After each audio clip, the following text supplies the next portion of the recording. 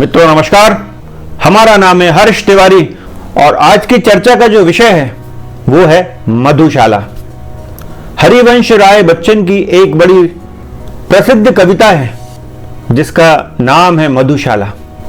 इस मधुशाला कविता में हरिवंश राय बच्चन कहते हैं कि मंदिर मस्जिद बैर कराते, मेल कराती मधुशाला। लगता है कि अब ये मेल जो है कुछ ज्यादा ही बढ़ गया है। पहले के समय में शाम को माताएं कहती थीं बच्चों से, वो युवा हों या छोटे हों, कि बेटा दिया बत्ती का समय हो गया, चलो आरती कर लें, पूजा कर लें। लेकिन आजकल के जो युवा हैं बड़ी मात्रा में वो वाइन शॉप्स पर पाए जाते हैं। 5:30 के बाद किसी भी वाइन शॉप के सामने से आप निकलेंगे तो वहां बड़ी मात्रा में भीड़ दिखाई देगी, खचाखच भीड़ रहती है वहां। पहले मंदिरों में बहुत भीड़ हुआ करती थी, लेकिन अब शाम को मंदिर खाली पड़े होते हैं। आजकल तो आरती की भी ये स्थिति है कि आरती के लिए एक मशीन लगाना पड़ती है मंदिर वालों को, कि वो जो मशीन है वही ढोलक भी बजा लेती है, वही घंटी भी उसमें बज जाती है, उसमें डमरू भी बज जाता है, बहुत सारे साउंड्स उस मशीन में होते हैं, बिजली से चलती है। अकेले पंडित जी आरती करते हैं। ये स्थिति है मंदिरों की। लेकिन वाइन शॉप्स खाली नहीं होती, उसमें खचाखच भीड़ होती है।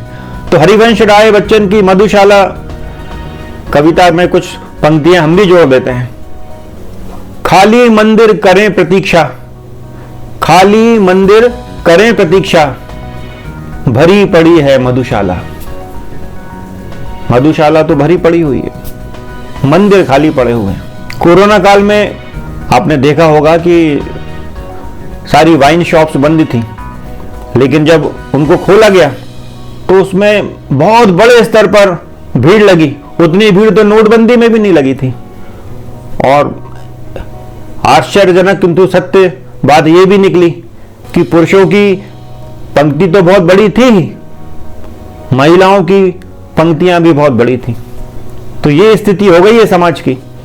अब किसी गांव में जाते हैं, कुछ गांव में, सभी जगह ये स्थिति नहीं है, लेकिन कुछ गांव की स्थिति इतनी भयावह हो गई है कि आप शाम को 6:30 के बाद उस गांव में जाएंगे तो वहां मदिरा लेने के बाद जो स्थितियां होती हैं, उनका युवा लोगों का आपस में वार्तालाप, यदि घर में है तो घरों का वार्तालाप, उन शब्दों की तो चर्चा भी नहीं की जा सकती, ऐसा वातावरण हो गया है।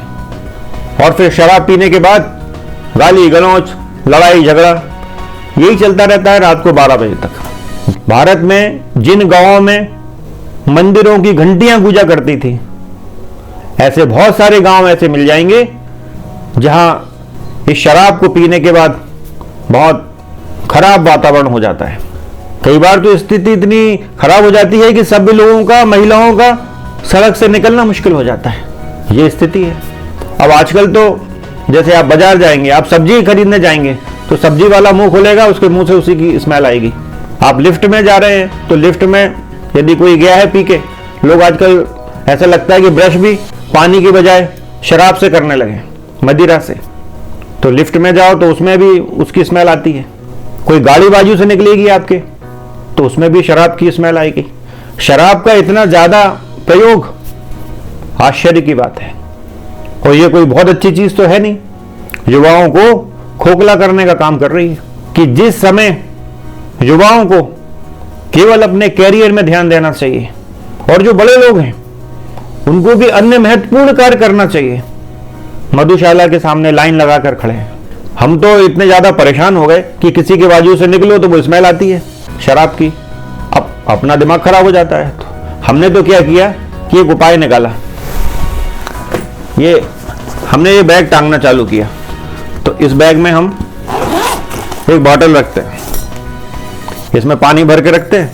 तो यदि किसी की स्मेल आ गई मान लो तो फिर कुल्ला करते हैं, क्योंकि वो अंदर तक पूरा आंतरिक शरीर का वातावरण उस मदिरा की जो गंध है वो खराब कर देती है। तो इसलिए कुल्ला करना पड़ता है। तो ये बहुत अच्छी स्थिति तो नहीं है, स्थिति खराब है। लोग तो आजकल सड़क पर ही बॉटल लाकर शराब पीने लगते हैं। पहले के जमाने में शराब पीना एक बहुत बड़ा अपराध जैसा माना जाता था। जो लोग पीते भी थे बड़े लुक छुप के पीते थे और समाज उनको अच्छी नजर से नहीं देखता था। लेकिन अब तो स्थिति ऐसी है कि शराब पीने को बड़ा फैशन माना जाने लगा है, एंजॉयमेंट। ऑफिसेज में भी घर जाने के पहले कुछ लोगों में कानाफूसी होने लगती है, आंखों आंखों में इशारे हो जाते हैं कि आज। तो मनोरंजन का ये क्या साधन हो गया है? ये स्वस्थ मनोरंजन की जगह अस्वस्थ मनोरंजन है।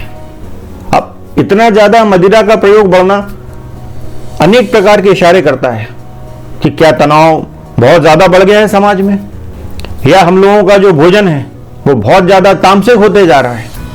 अचानक ये विकृति कैसे आ सकती है कि आपको एंजॉयमेंट के लिए कृत्रिम साधनों का सहारा लेना पड़ रहा है। इस शराब ने, इस मदिरा पीने की आदत ने अनेक घर बर्बाद किए हैं, लेकिन इसका प्रचार भी बड़े जोर शोर से किया जाता है। बॉलीवुड की अनेक मूवीज हैं जिसमें इसका तो विज्ञापन जैसा होता है। एक हीरो है, नाम लेना उचित नहीं है, तो उनकी हर फिल्म में वो बड़े स्तर पर शराब पीते हुए दिखाए जाते हैं। कई बार तो उनकी पत्नी भी शराब पीती है साथ में बैठकर। एक बड़ा चर्चित सीरियल है, पारिवारिक सीरियल है, टीवी पे आता है, तारक मेहता का उल्टा चश्मा। तो उसमें जो सारे लोग हैं बड़े महान बनते हैं, आदर्शवादी बनते हैं, लेकिन जब पार्टी शार्टी की बात आती है तो सबकी जीभ लपलपाने लगती है शराब पीने के लिए।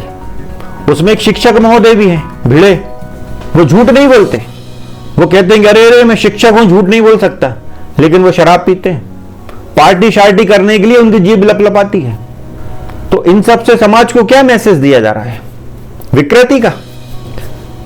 अब इन सब बातों से रामायण का एक प्रसंग याद आता है, वाल्मीकि रामायण से।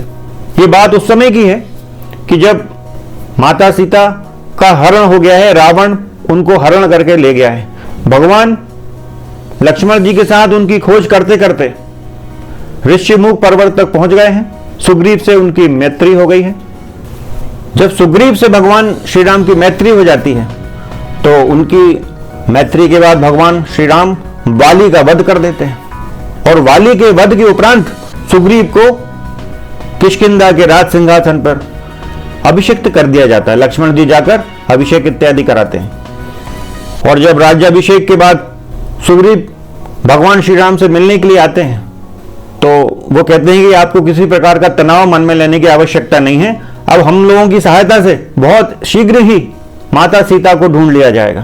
तो फिर भगवान कहते हैं कि भैया अभी तो ये वर्षा ऋतु आ गई है, अब जो कुछ भी होगा बारिश के बाद ही होगा, तब तक आप अपनी तैयारी चालू रखें। बारिश के बाद फिर अपन सीता की खोज का उद्योग प्रारंभ करेंगे।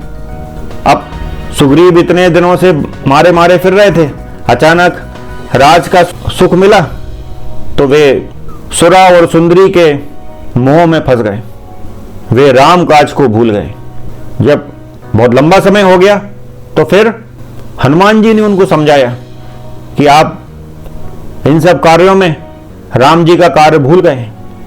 हनुमान जी ज्ञानी नाम अग्रगण्यम है, बुद्धिमताम वरिष्ठम है और विवेक का प्रतीक है। तो सुग्रीव के पास तो विवेक रूपी हनुमान जी हैं, तो उन्होंने उनको सतर्क किया। तो फिर उन्होंने कुछ वानरों को भेजा कि सेना इकट्ठी करके लाओ, जहां जहां भी वानर हैं वहां से वानर इकट्ठे करके लाओ। फिर वो सुग्रीव वही सुरा और सुंदरी के चक्कर में फंस गए, तो फिर उनने विलंब कर दिया। वर्षा काल समाप्त हो गया और भगवान सुग्रीव की प्रतीक्षा करने लगे। सुग्रीव तो भूल गए थे, तो फिर भगवान श्री राम को क्रोध आता है और वो लक्ष्मण जी को भेजते हैं। तो लक्ष्मण जी जैसे ही किष्किंधा में प्रवेश करते हैं तो वहां हाहाकार मच जाता है, घबराहट मच जाती है, लोग भागने लगते हैं, दौड़ने लगते हैं कि अब तो किष्किंधा नगरी नष्ट हो जाएगी, लगता है लक्ष्मण के प्रकोप से। और लक्ष्मण जी जब अंदर जाके देखते हैं महल में तो वहां तो वही मदिरा मदिरा मदिरा मधुशालाएं खुली हुई हैं। सुग्रीव व्यस्त हैं अपनी पान भूमि में, नशे में धुत्ते हैं। तो लक्ष्मण जी बहुत नाराज होते हैं और इस मदिरा को अत्यधिक अनुचित बताते हुए जो बात कहते हैं वो आपको सुनना चाहिए वाल्मीकि रामायण के इस श्लोक के माध्यम से। सुग्रीव के महल में जो नाच गाना चल रहा था उसमें घुंघरुओं की आवाज सुनकर लक्ष्मण जी बहुत ज्यादा क्रोधित होते हैं। पहले तो वो थोड़े से सकुचा जाते हैं स्त्रियों को देखकर, लेकिन फिर बाद में बहुत क्रोध आता है उनको, और वो अपना धनुष उठाकर उसकी टंकार देते हैं। वो जो टंकार है पूरे महल में गूंज जाती है। तो जैसे ही सुग्रीव को धनुष की टंकार सुनाई देती है तो सुग्रीव घबरा जाता है, उठकर खड़ा हो जाता है और समझ जाता है कि बहुत भयानक क्रोध में लक्ष्मण जी आ गए हैं, आज तो पता नहीं क्या होगा। तो फिर वो तारा को भेजता है कि तारा अति बुद्धिमान स्त्री है, तो वो तारा से कहकर भेजता है कि तुम संभालो जरा लक्ष्मण जी को और हम लोगों की रक्षा करो, और जब उनका थोड़ा सा मूड ठीक हो जाए तब उनको अंदर लेके आना। यह सब घटनाक्रम श्रीमद् वाल्मीकि रामायण के किष्किंधा कांड के 33वें सर्ग में हो रहा है। तो फिर लक्ष्मण जी से बात करने के लिए तारा जाती है, और वो चूंकि स्त्री है तो लक्ष्मण जी तारा को देखकर थोड़े सकुचा जाते हैं और एक तरफ खड़े हो जाते हैं। तारा उनसे मीठी मीठी बातें करती है। फिर लक्ष्मण जी तारा से कहते हैं कि तुम्हारा ये पति जो है इतने भोग विलासों में लिप्त है, राम जी का काज भूल गया है, हम लोग इतने परेशान हैं, टेंशन में हैं, तुम इसको कुछ समझाती क्यों नहीं? ये वानरराज तो भोग विलास में लिप्त है, मधुपान के मद से अत्यंत उन्मत्त हो गए हैं, और वर्षा काल के 4 माह की जो कालावधि निश्चित की गई थी वो भी बीत गई है, लेकिन सुग्रीव को तो समय का जैसे ध्यान ही नहीं है। ऐसा लक्ष्मण जी बहुत नाराज होकर तारा से कहते हैं, और फिर वो जो मदिरा सेवन के विषय में जो बात कहते हैं वो बड़ी विशेष है। वो इस सर्ग के 46वें श्लोक में आती है। लक्ष्मण जी कहते हैं, नहीं धर्मार्थ सिद्ध्यर्थम पानमेवं प्रशस्यते, पानादर्थस्य कामस्य धर्मस्य परिहीयते, कि धर्म और अर्थ की सिद्धि के निमित्त प्रयत्न करने वाले पुरुष के लिए इस तरह मद्यपान अच्छा नहीं माना जाता, क्योंकि मद्यपान से धर्म, अर्थ और काम तीनों का नाश होता है। तो मित्रों, आपने लक्ष्मण जी की ये बात सुनी। आज के समय में श्री लक्ष्मण जी की बात सभी को मानना चाहिए, क्योंकि जिस प्रकार से समाज में इस मदिरा का प्रयोग बढ़ता जा रहा है, ये हमारे राष्ट्र के लिए खतरा है। बहुत ज्यादा शर्मनाक बात तो ये हो जाती है कि जब ये युवा वर्ग के लोग और अनेक लोग भी जब उस वाइन शॉप के सामने जाते हैं तो उसके पैर पड़ते हैं, वो जब बॉटल लेकर आते हैं तो बॉटल माता की जय बोलते हैं। ये और ज्यादा चिंतनीय बात है, बहुत ज्यादा शर्मनाक बात है कि मंदिर में लोग जाते नहीं हैं और उस मधुशाला के कलारी के पैर पड़ते हैं, उसके सामने साष्टांग दंडवत करते हैं। यदि युवा वर्ग इन बातों में उलझ जाएगा तो इससे तो हमारी राष्ट्र की शक्ति कमजोर होगी। कैसे बनाएंगे हम भारत राष्ट्र को सर्वश्रेष्ठ, जब हमारा युवा इन व्यसनों में डूबा होगा? इस विषय पर विचार करने की आवश्यकता है। इस कारण हमने सोचा कि क्यों ना आज इस विषय पर चर्चा की जाए। तो मित्रों, इस विषय पर इतना ही कहेंगे। अब आज्ञा दीजिए। जय सिया राम, जय जय श्री सीताराम। राम राम राम